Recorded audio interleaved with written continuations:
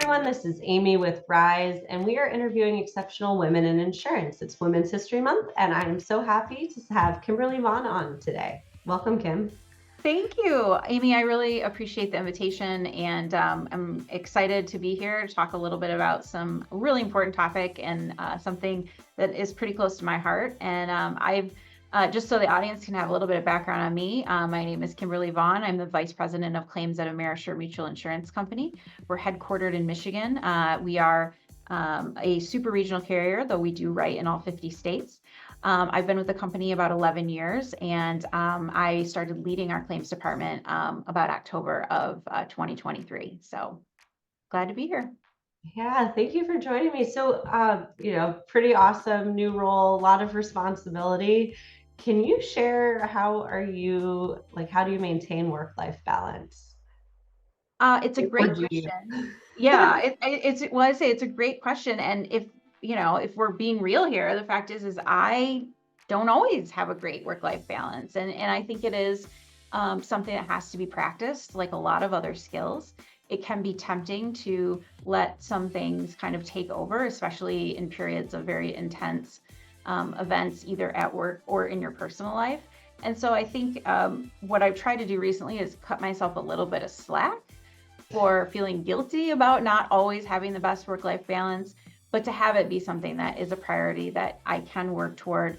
I think it's like anything else. It's like, working out or eating well or, all the other self-care things is we're never going to be perfect, probably, or at least most of us won't be. Maybe there's some special people out there who've nailed it. But I think the best you can do is try to, keep it in the forefront of your mind and make sure that when you have the decision to make about do I keep a balance or do I keep forging ahead on this, path that may lead to, burnout or things, is really trying to keep course correcting back to work-life balance. So it's a real struggle. I don't want to, I can't come on here and, tell the audience like, hey, if you do all these things, this is how you do it.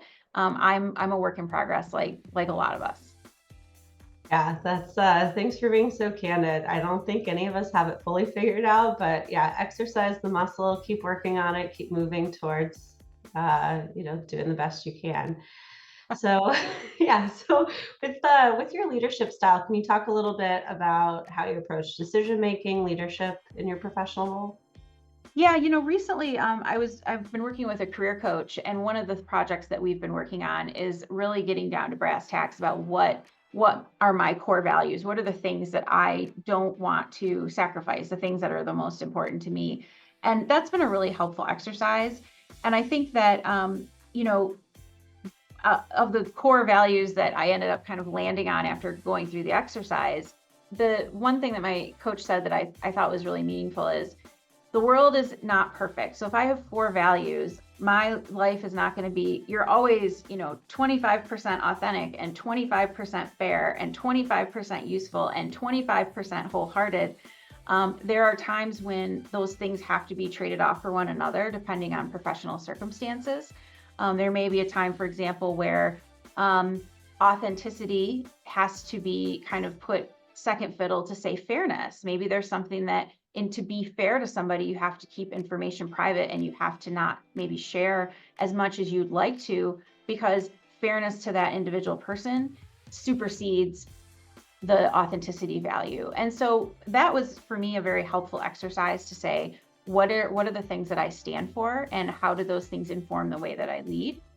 When we talk about decision making, I recently had a town hall with the claims department, and I thought it was a good opportunity to talk a little bit about what are some of the things that I do, what is the framework that I follow when I have to make especially difficult decisions, right? That's when you need a framework. If the decision's easy, it's a no-brainer, you're not losing any sleep over it, but making hard decisions can be really, really challenging. And so one of the things that I've had on my desk now for probably, I don't know, 9 years, and I don't know where I got it. This is not original material, and so I wish I would have documented like the website or whatever I pulled it off of. But this is something that I look at, especially when I need to make hard decisions. So I'm going to share that now. Asking yourself kind of these following questions: did I do what I said I was going to do? And if not, why not? Did I fall short of expectations? How did I treat people? Is this the right thing to do for our business and the promise of our brand? Am I being resistant to change, or am I truly concerned?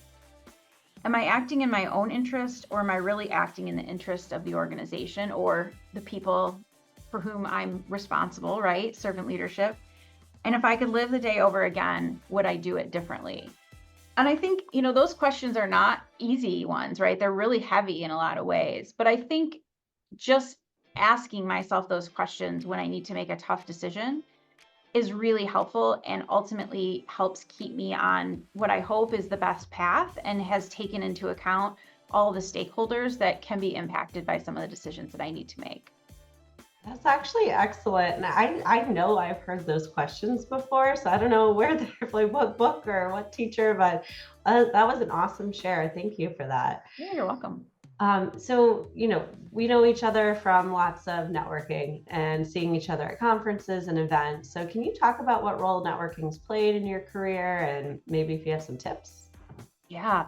Networking has been really helpful to me. There have been times where some of the opportunities that I've gotten, I think, are related to the fact that I've cultivated relationships with people, and because they know me personally, maybe for something that they wouldn't on paper, I wouldn't necessarily look to be qualified for. Because people know me, they say, "Oh, well, but really, here's how she really operates," or "Here's really how she shows up at work."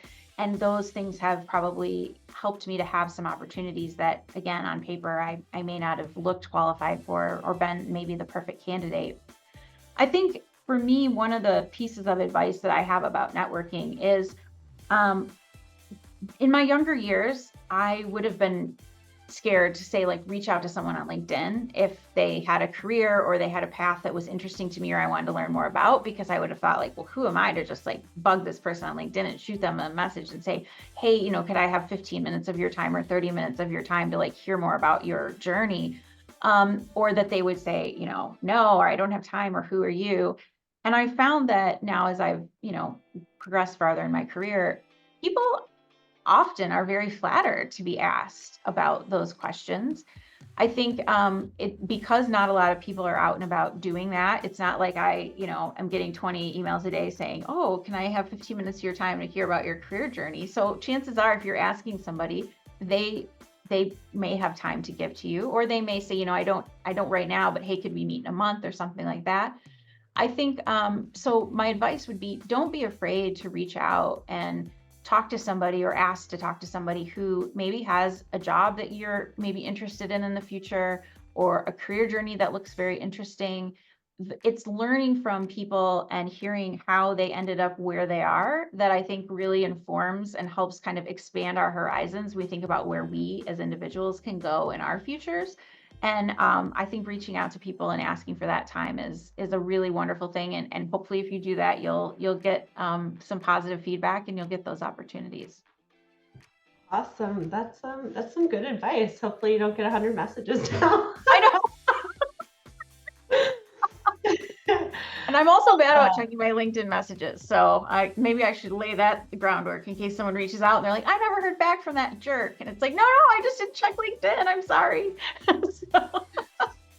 No, I think the key takeaway there is just, like don't worry about like what the response is or the no or whatever it is, do what you think is the right thing and reach out to people, and people are more likely often open to connect than what we think in our heads sometimes. That's right. Yeah. Let them tell you no, right? Don't tell no ahead of time. Yeah.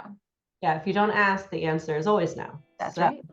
Not everyone knows, like we were just talking about, how awesome a career in insurance is and, the opportunity, but not everyone knows that.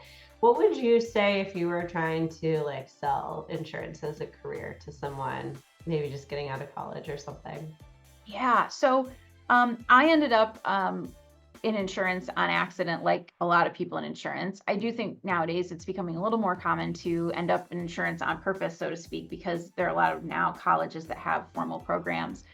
But I, you know, insurance gets sort of a bad rap. It seems boring. It seems administrative. It seems like, we're all a bunch of heartless monsters if you watch, television commercials at 2 o'clock in the afternoon or midnight or whatever, and the attorneys are saying how awful we all are. And so it doesn't maybe clock on someone's radar to say, oh, wow, I really want to go into that field. I will say that I have been delighted by how interesting insurance is. It's it's sort of one of those disciplines where it's the biggest umbrella. It's you when you say I'm in insurance, I mean, what does that even mean, right? Are you in personal lines? Are you in commercial lines? Are you in underwriting? Are you in claims? And there are just a bunch of different jobs that you can have. I think I was actually literally just on a conference call this morning with a vendor who shared a stat that right now it's estimated that about 10% of insurance jobs in the US are not filled, which is a vacancy of about 400,000 jobs. So when we think about places where there are opportunities to find jobs, insurance is a good one. When we think about longevity of careers and the fact that insurance isn't going anywhere, it's literally been around for thousands of years in different forms. And it is something that we all need in order to keep our economies running. Think about if we didn't have insurance or businesses didn't have insurance, they would be a lot less likely to take risks. They would be a lot less likely to spend money if they always had to have something in the bank for a rainy day. And that's really the purpose that insurance serves. So, you're really fueling the economic engine, I think, of, the US economy and frankly, economies all over the world by creating that sense of more certainty around when bad things happen, right? Unexpectedly, which is the point of insurance. So I think the fact that there are a lot of different types of roles that you can fill in insurance is also something that should be very attractive. If you end up in an insurance company and you end up in a department and you think, well, this is all right, but I want to do something different. The fact is there are probably other jobs that you could transition into that would suit your interests. And in general, I just think it's a nice place to work, right? I mean, you get to typically work in a nice, comfortable office space, and hopefully you work with a lot of great people that you really like.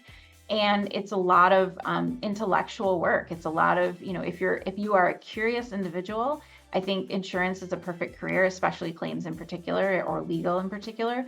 And just really finding a way to hopefully find a work-life balance. A lot of insurance companies, they want to be an attractive employer. And so they typically have good benefits, vacation time, the types of things that will help hopefully accommodate a better work-life balance. So you have both a great time at work and lots of time to spend in your private life doing those things that are important to you. Yeah, I wholeheartedly agree. It's a great place to be. Thank you so much, Kimberly. I really appreciate you jumping on today. Thanks for having me. And I hope the RISE conference is a great success coming up, and look forward to all the great things that I know are going to come from RISE as time goes on. Thank you so much. And for everyone else watching, follow Rise Professionals for more exceptional women in insurance.